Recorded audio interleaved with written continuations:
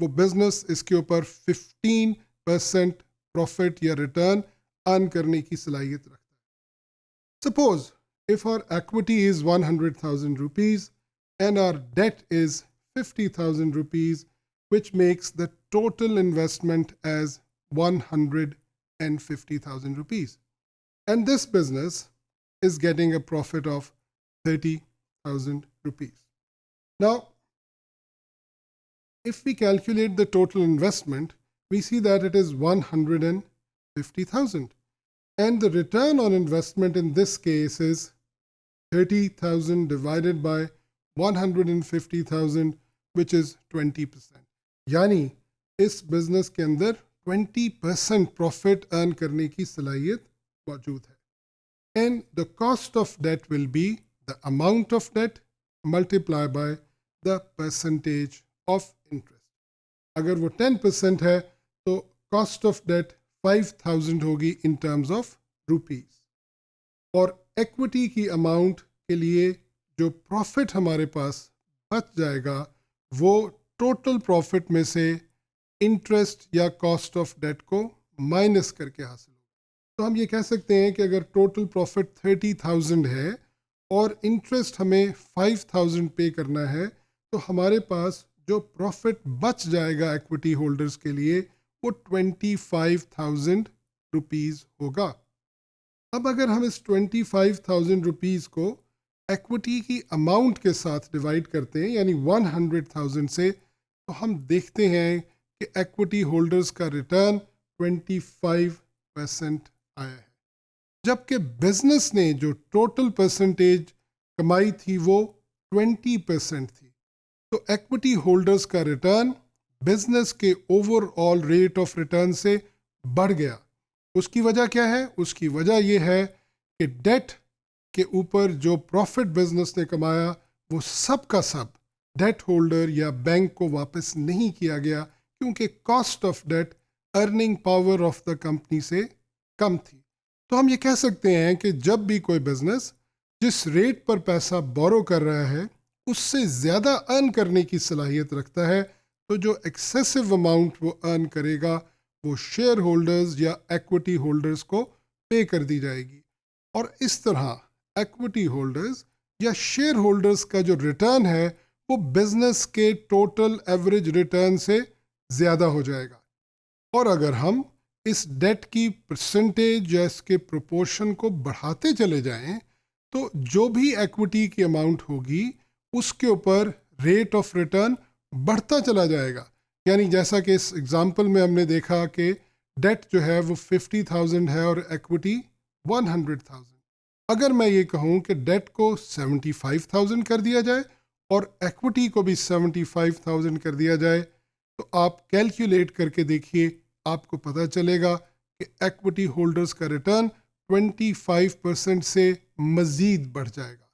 اور اگر ہم اس کو اور آگے لے کر جائیں یعنی ہم ڈیٹ کی اماؤنٹ کو 100,000 کر دیں اور ایکوٹی کو 50,000 کر دیں تو پھر ہم کیلکولیٹ کر کے دیکھیں گے کہ ایکوٹی ہولڈرز کا ریٹرن مزید بڑھ جائے گا. And this will keep on increasing.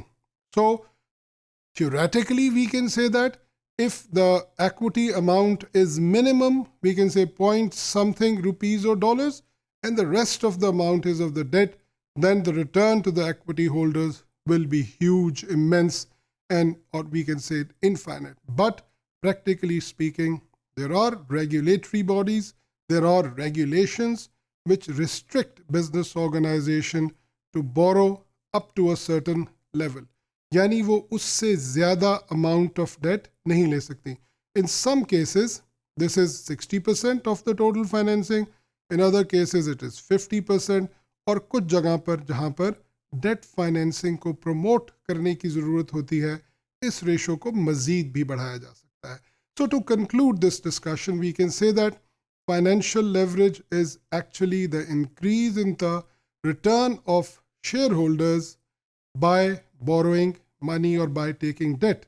And if the cost of debt is less than the earning potential of the company, financial leverage works and the return of shareholders increases.